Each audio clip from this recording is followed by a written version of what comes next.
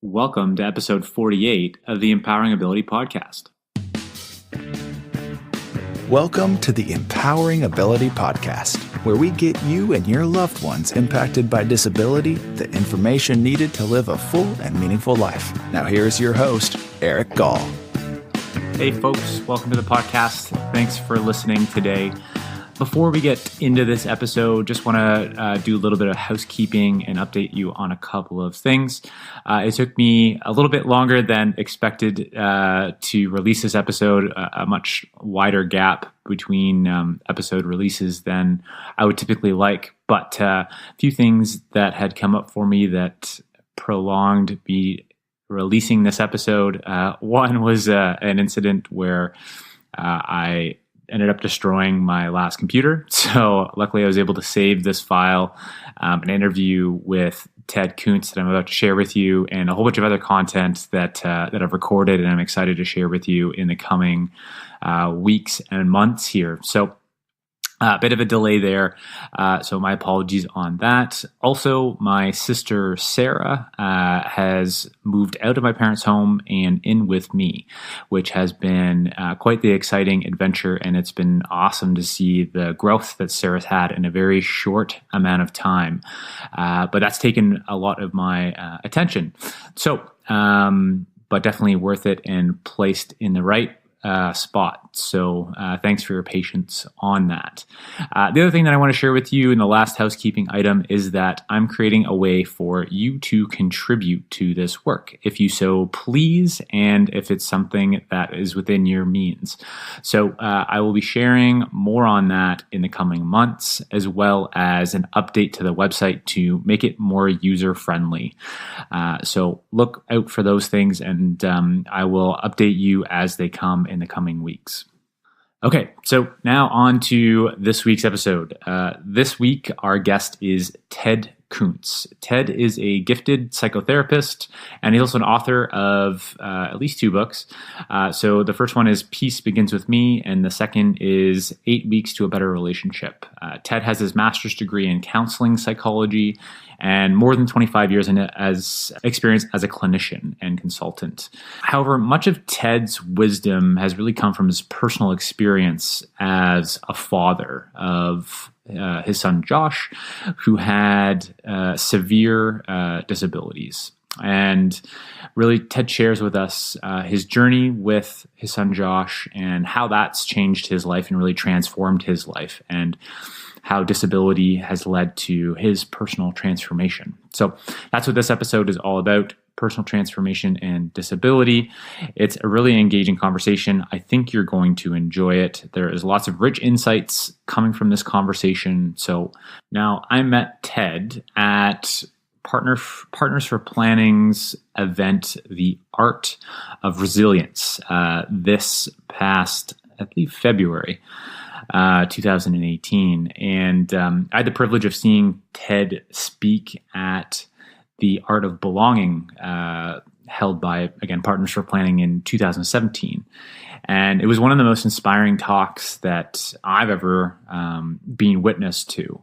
And this year, when I met Ted, I shared that I was at his talk last year, and I was moved by it and really touched by his story and the insights that he shared and how vulnerable he was. And I thanked him for that. And I mentioned to Ted that I had picked up his book, Peace Begins With Me, and embarrassingly that I hadn't read it yet, but I admitted that to Ted for whatever reason, and I told him that I was going to read the book, and that I would love the opportunity to have him on the podcast. And Ted and I both held up to our promises, and I'm excited to bring you this conversation with Ted.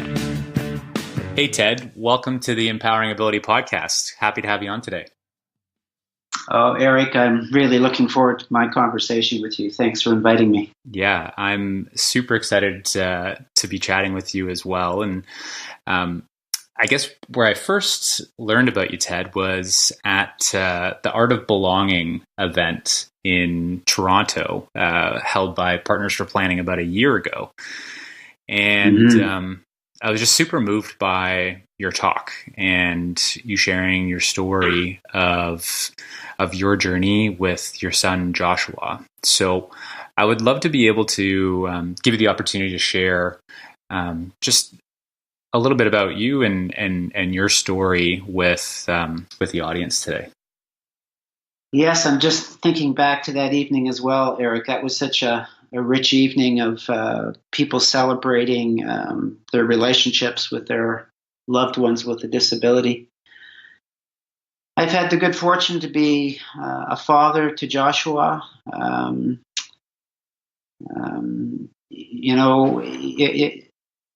It's been a very challenging journey, but it's also been a very rich journey. But I have to be honest that it took me a while to fully appreciate and embrace the richness of my journey with Josh.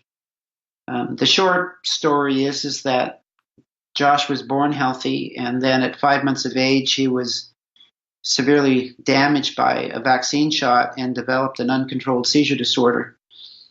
And the amount of seizing that Josh experienced caused significant neurological injury. And the cause or the result of that was that Josh required 24-hour care for the rest of his life and lived with significant disabilities, developmental disabilities, as well as being medically fragile. And then Josh passed away in February of 2017, which was just shortly before that Art of Belonging presentation. So my memory of that evening is that I was still very much in my grief about the loss of Josh. But I was also in my gratitude because what I came to appreciate is that Josh transformed me as a father, and he transformed me as a human being in ways that I never would have imagined in the beginning. And so it's been an incredible journey that I'm grateful that I got to have with Josh. Thanks for sharing a bit about yourself and Josh, Ted. And I'm curious, what if there's maybe points in time or moments or experiences that you had help to transform you and your understanding of Josh and his disability and that that life experience. What were those transformational moments or thoughts or shifts, and maybe there's multiple? Well, there was multiple, but there are a few that really were transformative in that true sense of the word. So the first one that comes to mind, Eric, is Josh's medical condition was such that he was seizing, by the time he was 4 years old, he was seizing 12 to 15 times a day. And each seizure was 15 to 20 minutes long. And so those were excruciating seizures to witness. I would hold my breath each time and hope that he would survive, because the doctors had been clear with us that there was a high possibility that the seizures would kill him.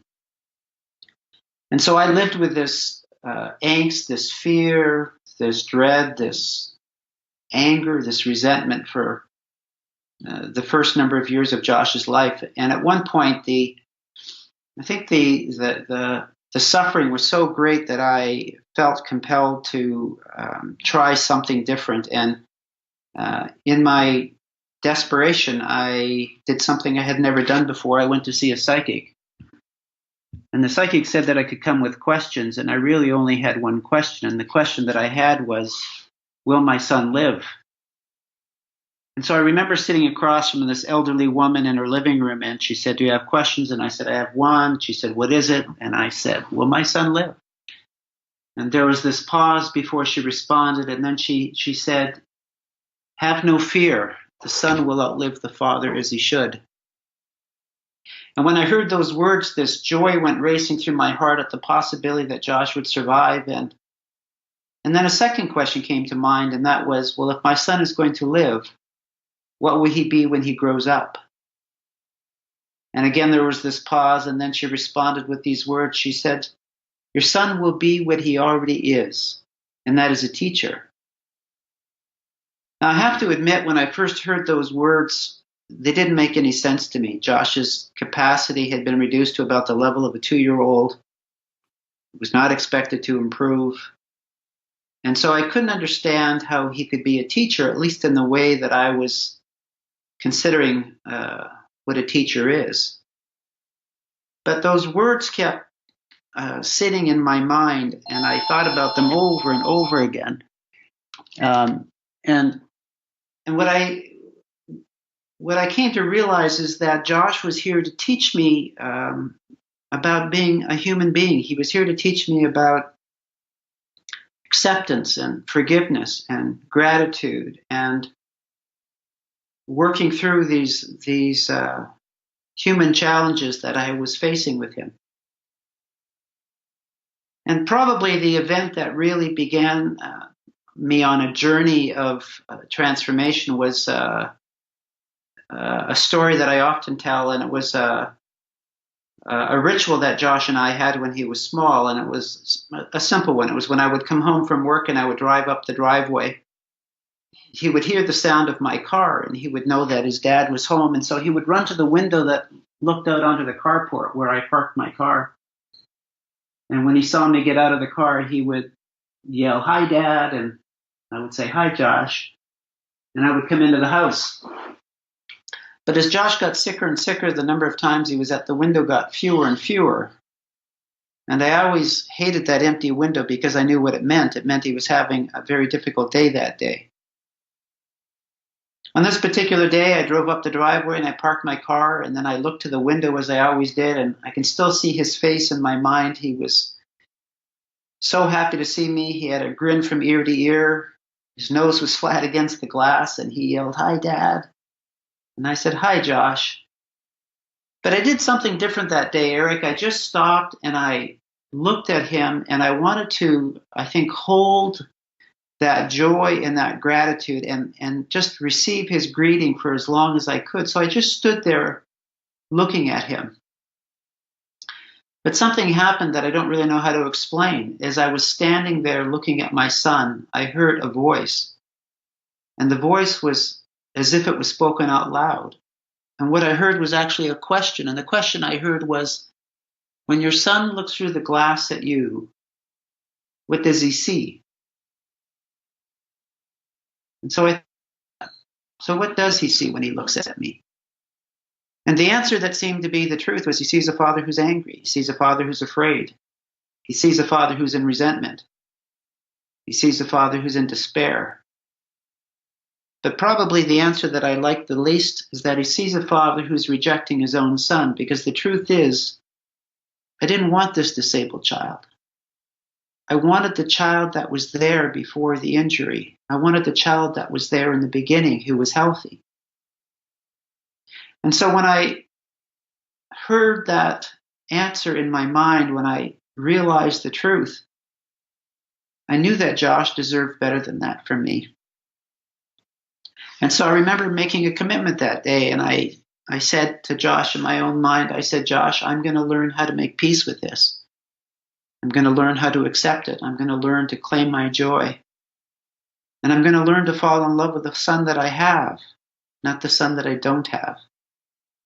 And so that was, I would say, if I'm going to put a stake in the ground of the day that my life began to change, that was the day. That was the day that I made a commitment towards peace, towards joy, towards acceptance, towards forgiveness, towards falling in love with the son that I have. And so it began a very important journey that I'm grateful to have walked down. So yes, Eric, I would say that's the event that changed my life. As you're speaking, Ted, I was just thinking through, my own journey and what are the things that have transformed or have started to transform my life. And I think first off, it takes a fair amount of courage and vulnerability to allow those things that have been in your unconsciousness for so long to emerge into your consciousness, and then reflect on them and think about what the actual truth is for you. and to be open to accepting that. I don't, some people in similar situations might write the psychic off to that doesn't make sense, or that's crazy. Yeah. Or that voice or that question, looking at your son through the window, may let it pass by. But I think it's important to, let that sit in your consciousness and to reflect on those things and to create the space for it. Yeah. And you're right. It's because, when I share this story, there are people that will dismiss those experiences and find them meaningless. Whereas for me, they opened up possibilities for me. I mean, the truth is I was suffering in a deep way. And I had gotten to a place where I couldn't continue to suffer that much anymore and keep going. I spent most of my waking moments, as I said, in either anger or fear or resentment or despair. And I knew that I couldn't sustain it. So, it's the transformation in some ways didn't come out of this desire to do good. It came out of an intense amount of suffering. But I've learned that suffering can be a gateway. I actually think that it's one of the gateways to wisdom. And one of the talks that I've given on occasion when I've been invited to speak is I talk about the hidden gifts of disability. And what I believe is that this journey of living with a disability or loving somebody who has a disability challenges us in a way that we're forced to respond. And my initial response was to move into those darker places, but I've since learned that there's a healing that comes about when there's an acceptance, when there's a forgiveness. I've made a conscious decision to live life from a place of peace and joy. And I did it because I believed that my son deserved that. What I came to realize is that I was serving him the best when I would hold the energy, the vibration of joy or peace or happiness. And so that changed me as a father, as I said. It changed me as a husband. It changed me as a brother, as a son. What I come to realize is that made me a better person. And but I have to admit that I got there reluctantly or grudgingly. Mm-hmm. But maybe if there's some acknowledgement, the acknowledgement is that I did take those moments and hold them long enough that I was able to derive benefit from them, as opposed to immediately dismiss them or reject them. A question that comes to mind is how. So how do you shift out of that suffering state to a state of joy and being present for the person in the way that they deserve? So I think more often than not, it's the natural response to fall into that state of suffering or despair. And that's not always an easy place to get out of or to shift out of. And that negative self-talk that's pulling you away from, that life force and being that, having a feeling of being alive. So I'm just curious, do you have any thoughts or insights to how to, is there any tools or strategies or anything that comes to mind? Absolutely. And so, as I said, when I had that experience with Josh, looking through the window, and I made that commitment to living peacefully, joyfully, and happily, one of the things that I began to do from that day on is that I began to take responsibility for my emotional state of being, my mental state of being, my physical state of being, my spiritual state of being. What I realized, and I witnessed this with my clientele. I was a psychotherapist in private practice for almost 30 years, and one of the things that I witnessed with this human condition is that we would often give away our power. We would act as if somebody else or something else was responsible for our happiness, for our peace, for our joy. What I would witness other people say, well, I'll be happy when. For me, I carried around the story for the first number of years of Josh's life. I'll be happy when he stops seizing. Well, Josh lived his whole life with an uncontrolled seizure disorder. So if I continue to hold on to the story that my happiness was dependent upon his medical condition, it would have precluded me from a life of peace or joy because I had no control over his medical condition. But what I came to understand is that I could be happy even though I have a son with an uncontrolled seizure disorder. I could hold joy or peace or gratitude even in the midst of a seizure. And what I came to appreciate is that that was actually the highest gift that I could give Josh while he was seizing, was to hold him and love him as opposed to be frantic and angry or scared or all of those other emotions. And so I would say the most important principle, Eric, is that I claimed ownership of my way of being in the world. I took responsibility. An expression I often hear, particularly when I work with couples and couple work, is that an expression will be, well, you make me happy or you make me angry. We act as if somebody else has power over us. And as long as we do that, I think we're in big trouble. Mm-hmm. Yeah. And so probably the core ingredient of living a life of joy, of peace, of happiness, of gratitude is claiming the responsibility. So what I came to understand is I make me happy, I make me sad, I make me angry. Own that. Then the next obvious question is, well, why would I make myself angry? Why would I make myself sad? Who does it serve by doing that? And people say, well, Ted, your son has passed. You've got good reasons to be angry or sad. And while that is true, what I came to appreciate is that it doesn't serve me and it doesn't serve the rest of humanity by staying in that state of being for extended periods of time. Do I get into my grief, into the loss of my son? Of course I do.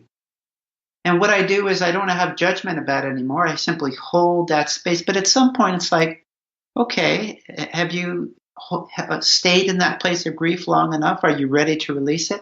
Because I can release it at any point. It now is mine to claim or release. As you know, I've written a book called Peace Begins With Me, and I begin the book with a native story that I came across at some point in my life that really had a profound impact on me. And what I appreciated about the story is that it holds this deep wisdom and it tells it in such a simple way. So if I can, I'd just like to share that story. Please do. And so the story is about a native elder walking with his grandson. And the two are walking in peace and quiet. And then after a period of time, the grandfather interrupts the quiet and he says to his grandson, "Grandson, there are two wolves that are fighting in my heart. One wolf is angry and vindictive and wants to hurt others. And the other wolf is kind and loving and compassionate." And the grandson, after hearing the words of his grandfather, is filled with fear, and he says to his grandfather, "Grandfather, which wolf will win the battle of your heart?" And the wise elder replies, "My heart will be won by the wolf that wins the battle of every man's heart. It is the wolf I feed." And so what I came to understand is that at every moment of every day, I have a choice of either feeding the positive wolf or the negative wolf. And when I become conscious of that, and when I claim ownership of that choice over and over and over again, my life becomes a life of my choosing. I believe that when we're operating at our highest potential as human beings, that we're living life as creative beings, that we are creating the next moment. Unfortunately, what I realized that I probably spent the first 45 years of my life living life as a reactive being. Something would happen and I would react to it. Something else would happen and I would react to it. I failed to notice, I failed to recognize, I failed to claim that I have a responsibility in each moment to choose who I will be in this moment. So who will I be in the moment of a child seizing? Who will I be in the moment of another driver not following the rules of the road? Who will I be in the face of a partner who is struggling today with her own humanity? And so when I learned to claim that responsibility and that choice, life really became a very different experience for me, gratefully. I think that's a very important concept that you share, that as humans, we have this very powerful ability to claim responsibility over the choices that we make. And I really like the native story about the feeding your positive and negative wolf. And one of the things that I've been reflecting on over the past couple of weeks is, as I've experienced feeding both my negative and my positive positive wolves that live in my life, is it's not a straight and upward trajectory to always having that positive wolf's belly full in your heart. So, and what I mean by that is, as having the human experience, it's been very difficult to just constantly make sure that I'm feeding that positive wolf. Occasionally I slip up and that negative wolf is getting fed. But the more that I'm conscious, the more that I'm aware of it, I can feed the positive wolf, feed the, have power and control, and be present and live a more joyful and happy life, versus feeding that negative wolf and feeling like I'm feeding that negative self-talk and being in a negative state and whatnot. But I'm finding that there's a balance to it, and it's hard to think that you can just focus on feeding that positive wolf and life's going to be great. And I think the other piece that is important is that negative wolf is important and does have importance, because without that, it's hard to understand and really enjoy and have those joyful moments. Just on the positive wolf side of things. Well, there's a couple of things that you said that I want to speak to. One is, you're right. It's not just as easy as saying, okay, I'm going to feed the positive wolf one day and then everything goes well. It takes a deep and a persistent commitment to feeding the positive wolf over and over and over again. And what I came to appreciate is that I believe that most of us in this human experience, we haven't been well trained or well coached or well guided about feeding the positive wolf. I realized that I was much better at feeding the negative wolf. I was much better at anger or judgment or resentment or fear. Research tells us that the average North American thinks 9 times as many negative thoughts as positive thoughts. And what I know is we're not born that way. So our culture directs us, guides us, models for us a lot of negative thinking. And so we've got to overcome a societal norm that in many ways is not healthy. It's not responsible. It causes suffering. A simple example is I used to teach a personal wellness course at the local community college, and one of the exercises I would have students do is I would invite them to bring a newspaper and a pair of scissors to class. And then the assignment was to read the newspaper and clip out all the stories that are positive and affirming, put them in one pile, and then all the stories that are negative and fear-based and put them in a second pile.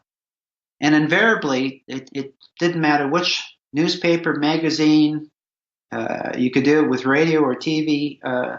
When you add up the piles, the negative pile is always substantially higher than the positive pile. To me, we're being fed a constant diet of negativity, fear-based media that distorts our perception of reality. So it takes a very conscious commitment to feed the positive wolf. For me, one of the practices that I did is that I would do an inventory of my day every evening, and so I would spend a few minutes in reflection. And basically, the question was, how did I do today? Where did I give away my joy? Where did I give away my peace, my happiness? What might I do different tomorrow to hold on to it a little bit longer? And so it was not meant to be judgmental, but it was meant to evaluate my ability to move in the direction that I wanted to move in. And it took years for me to develop what I would say is what I would call mastery over that mental, emotional, and physical body. I had spent, decades in a place of what I came to understand is victimitis. It's being a victim, acting as if the world happens to me. And that I'm the result of life, as opposed to recognizing that I'm the creator. So there's a transformation that's required, but it requires a deepening commitment to it. It requires a strengthening of it. The other things that I heard you talk about balance, and I think that the negative wolf is a teacher as well. I mean, I say some of the events that show up in my life, or some of the people show up in my life, are what I call teaching tyrants, where they teach us important things because they are tyrants. And so again, I go back to the phrase that I used before, is that I think suffering can be a gateway to wisdom. And so I've learned to take the suffering or the pain in my life and recognize that there's something important there for me to learn. When I work with clients that experience pain, I would invite them to participate in an exercise where I would say, get a blank piece of paper and a pen. At the top of the page, write the statement, if my pain could speak to me, it would tell me, and then just see what emerges. And what I witnessed over and over again is that when people would do that, when they would stop and pause and say, what is this suffering? What is this pain trying to tell me? That there was profound wisdom if we stop and pause and listen to our inner guidance. I really like the idea of the reflection activity in the evening. So I think that's something that I'm going to work on integrating as a ritual for myself, to reflect upon, what moments of my day did I embrace joy, and what moments of my day did I give away joy, and how could I do a little bit better tomorrow? I think that I'm interested to experiment with that. So one of the moments in your talk at the Art of Belonging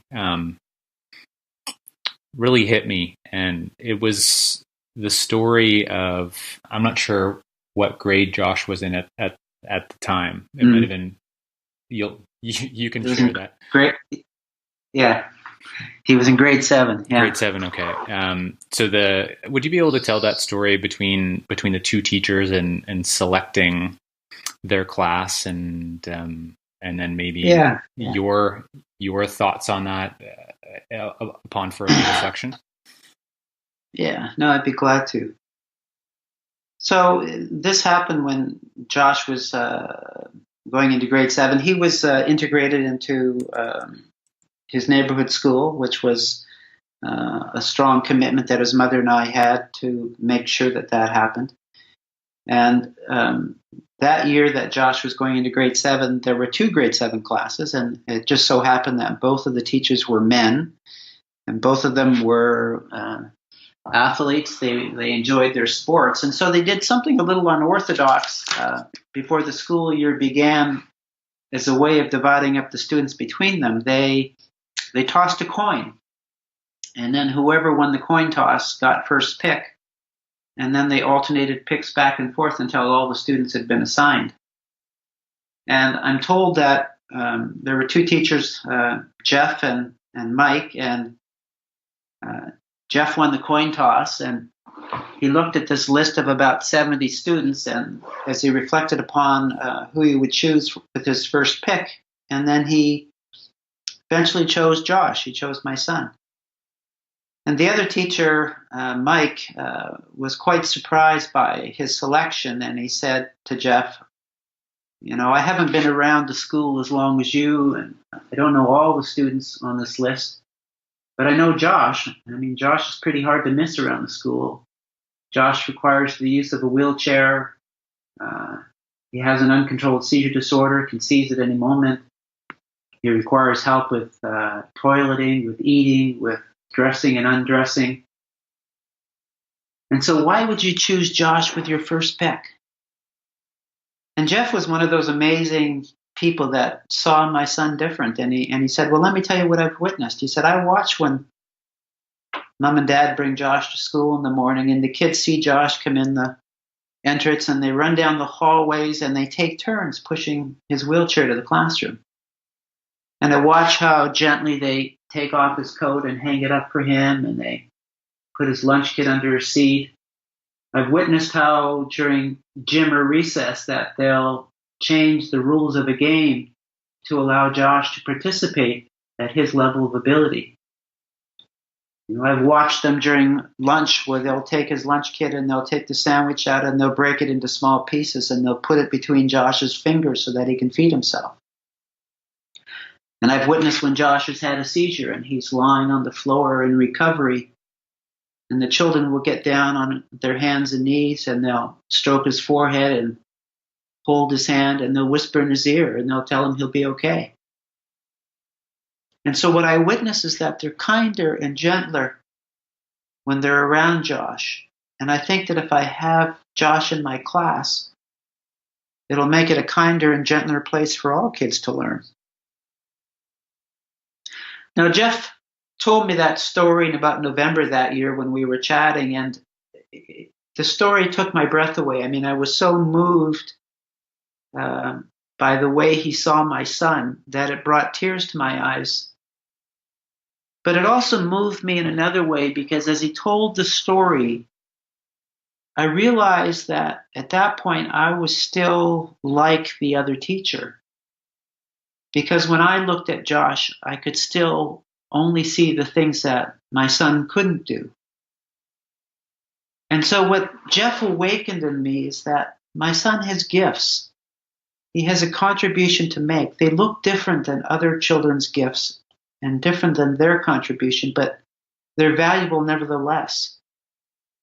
And so Jeff was really important for me to look at my son with a different set of eyes and place my attention on the gifts.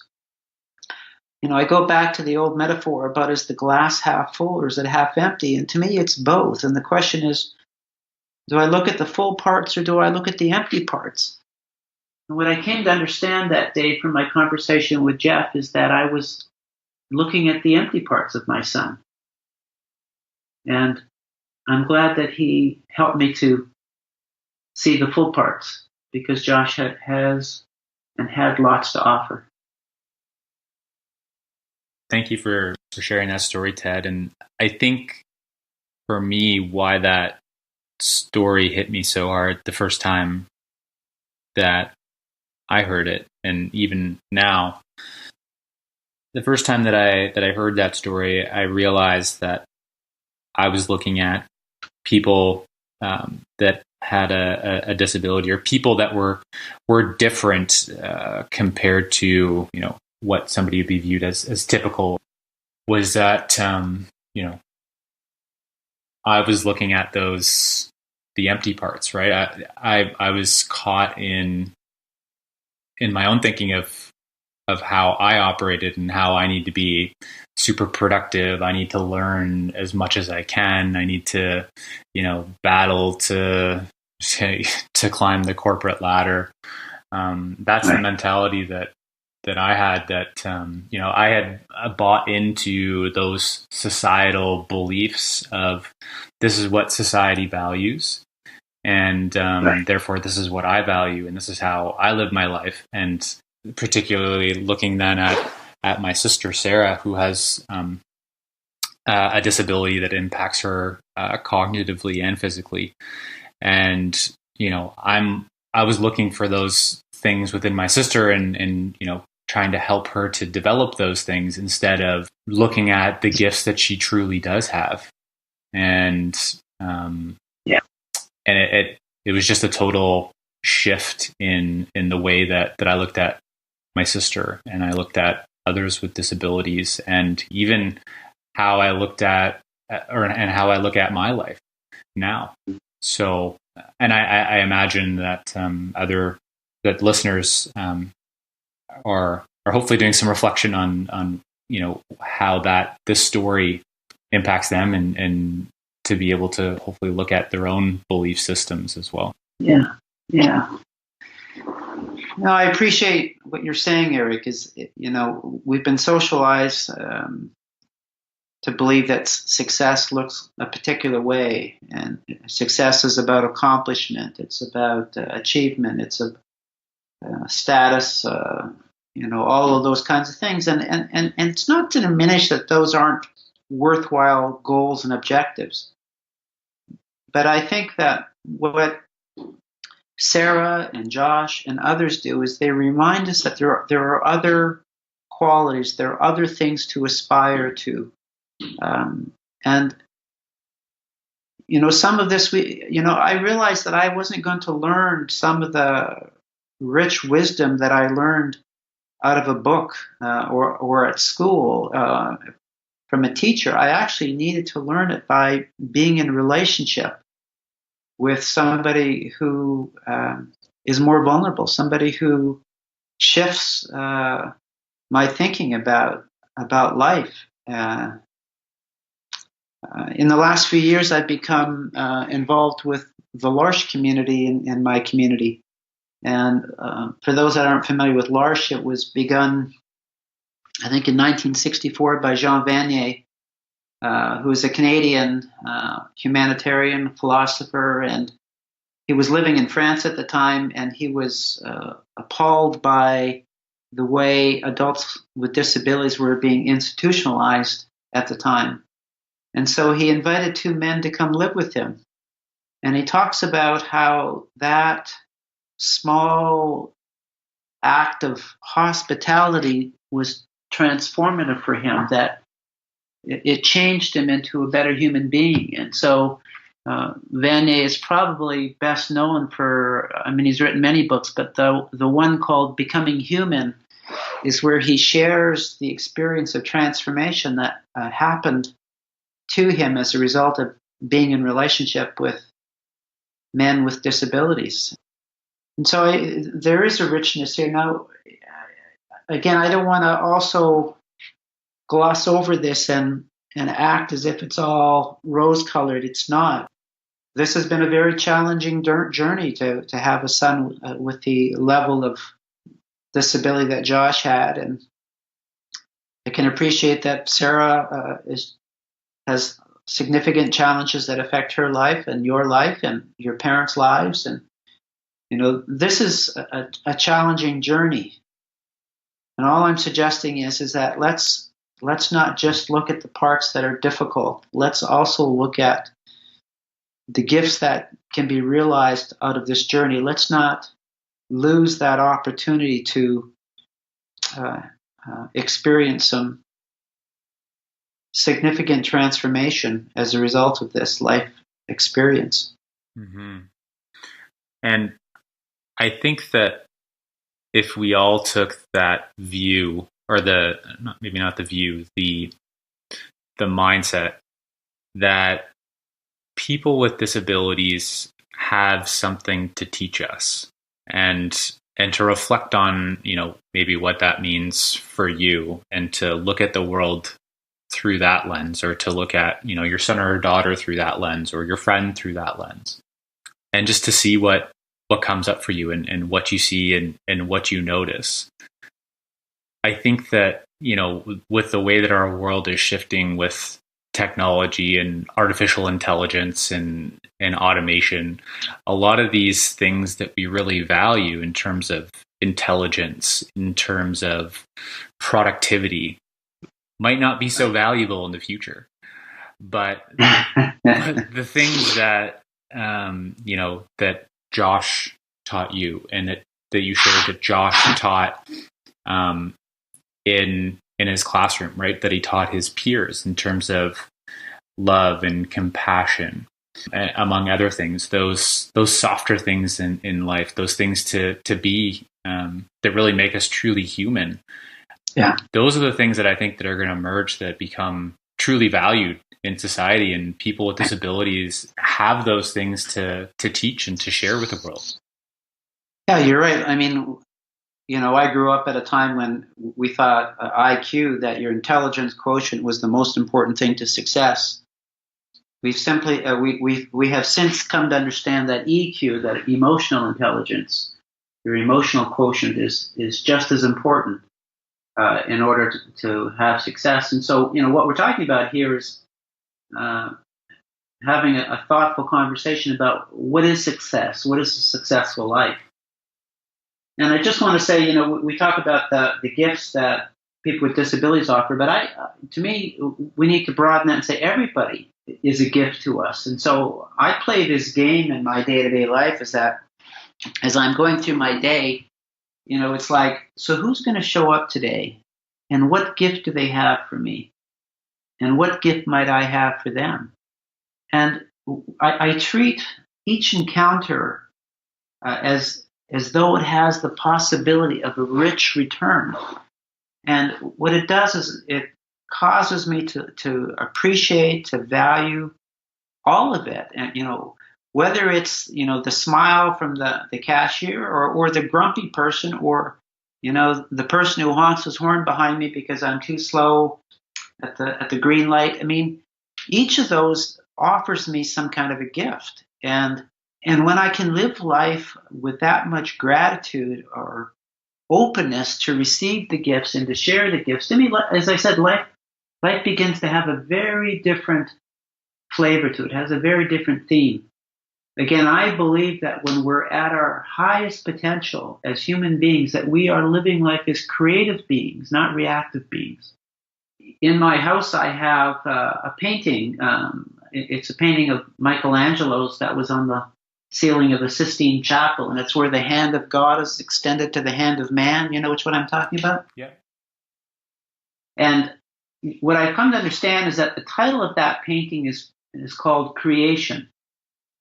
And I don't know what Michelangelo had in mind when he called it that, but what I take from that is that something valuable is being passed on from God to man. And what I believe that we're being given is the potential to create, that we too can become creators like the great creator. And so I try to live my life consciously and thoughtfully each day, each moment of each day, as though I'm a creative being who gets to choose how to be in the next experience, gets to choose how to respond to whatever shows up. And my goal is to respond with the highest level of consciousness that I can. There's a tool that I came across a number of years ago. A fellow by the name of David Hawkins has written a book called Power versus Force. So David Hawkins has put together this map of consciousness that he calibrates thoughts and emotions and perspectives on a scale between 0 and 1,000. And what he suggests is the higher up the scale, the higher the vibration is what we aspire to achieve. And so peace, for example, will be 600, love will be 800, acceptance will be 200, fear will be 150, Interestingly enough, shame is the lowest vibration that he calibrates at 20. Now, what he suggests is that anything under 200 is actually destructive. It's actually harmful. And what I like about it is that by looking at the map, it's like, okay, so where do I hang out? Where do I spend most of my time? What's the number that he addresses to that state of being? And so I've used it as kind of an instrument to measure who I am and my way of being in the world. And my goal is to hold the highest vibration that I can at all times. And so I just find it an interesting tool to bring more awareness to the state of being. And by giving it a numerical score, in some ways it helps to appreciate the significance or the impact that that state of being may have. Now, what's interesting is he said, in general, the human condition is vibrating at about 175. So it's vibrating below the level that he thinks is the threshold of being constructive and positive. And so what it means is we have to be very intentional. We have to be very conscious in holding our state of being, because if we just allow the normal human condition to dictate that, that will often be hanging out at a vibration that's not very constructive. So it's just an idea for consideration. Yeah, I find that really interesting. I'm going to read more about it. Out of curiosity, how do you calibrate yourself, and how have you seen your vibration or your frequency shift over time? Well, again, the first number of years of Josh's life, as I said, when I spent time in anger or fear or resentment, all of those are somewhere between 50 and 200.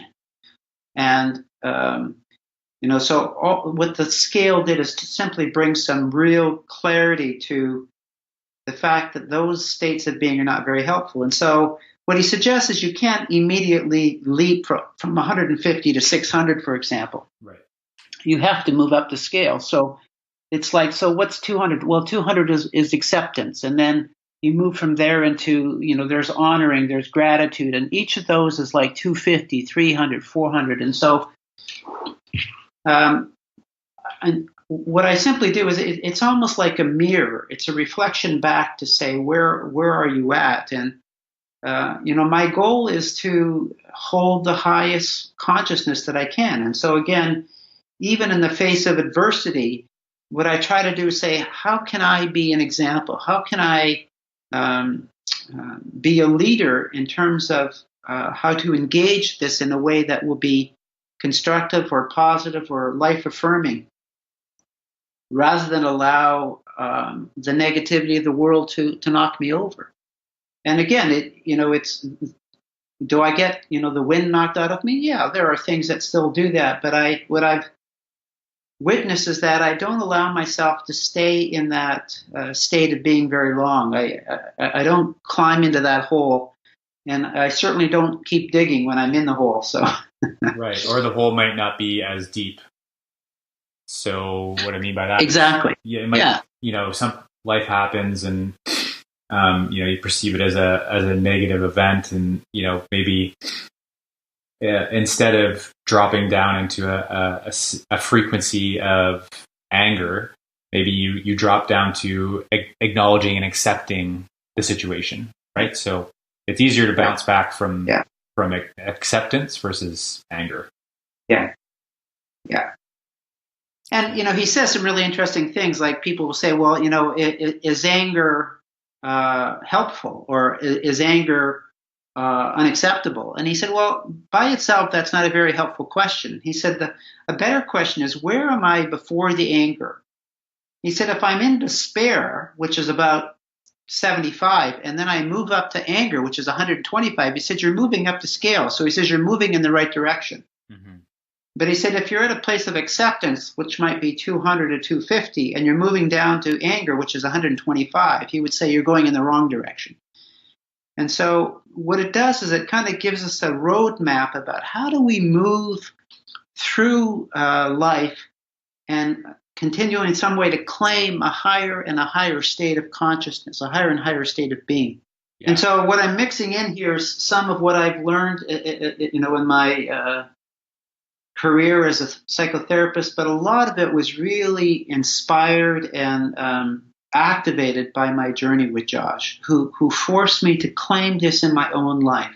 You know, when I teach, and I teach volunteers for a number of different organizations, and what I say is your way of being is actually more important than what you do.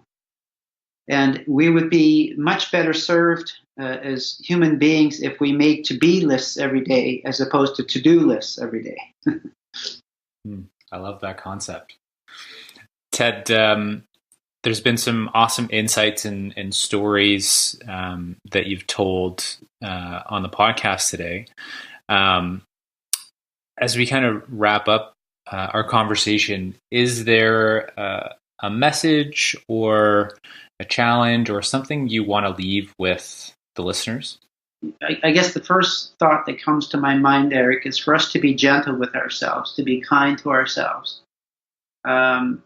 Recognize that we are on a journey of development. And so, one of the things that I believe is that we don't make mistakes, that we actually make the best decision available to us at that moment with the information, skills, and knowledge that we have. But life is a continual process, hopefully, of evolution, of consciousness raising. And so let's simply witness where we're at. Let's honor it. Let's celebrate it.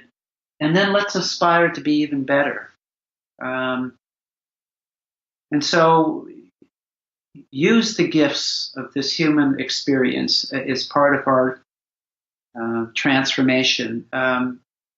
And again, I think that the opportunities that come to us through our relationship with a loved one with a disability offer profound opportunities for us to really embrace some very important and powerful human qualities that can be of service to humanity. I love it. Thank you, Ted. I'm super grateful for you sharing your journey and your relationship with Joshua and how that has transformed you. And just thank you so much for coming on the podcast today, Ted. And I look forward to our next conversation. I'm very grateful too, Eric, for all that you're doing and your passion and your commitment to this work. So thank you for inviting me. Thanks, Ted. I hope you enjoyed this conversation with Ted as much as I did. And there are so many rich insights and engaging stories that Ted shares on this episode. So I hope that it gives you some food for thought and helps you think about how disability has transformed you, or how it has the potential to transform you and maybe others around you. And to really deeply consider maybe some of those questions that you've been avoiding, or some of those truths that you've been avoiding, right? And Ted shares these questions that came to him that he considered and really shifted him in his state of mind and the way that he lives in the world. So maybe those questions are the same questions that Ted had asked to him, or he had asked himself, or maybe they're different questions for you. So I encourage you or invite you to invite those questions and to reflect on them, and to look at the glass as both half empty and half full, as Ted pointed out. The experience of having an individual with a disability in your life is, yes, challenging. However, it comes with great opportunity. And as Ted pointed out, one of those opportunities is to really go through a personal transformation and to become more human and to really understand the human condition and to have a human experience. So again, big thank you to Ted, and I hope you enjoyed this episode. And thank you so much for listening to the podcast today. If you like this episode and you think you know someone that would benefit, please share it with them. Be a part of the change to think differently about disability. Thanks for listening to today's podcast. Visit us at empoweringability.org for more podcasts and resources to help you and your loved ones impacted by disability build a full and meaningful life.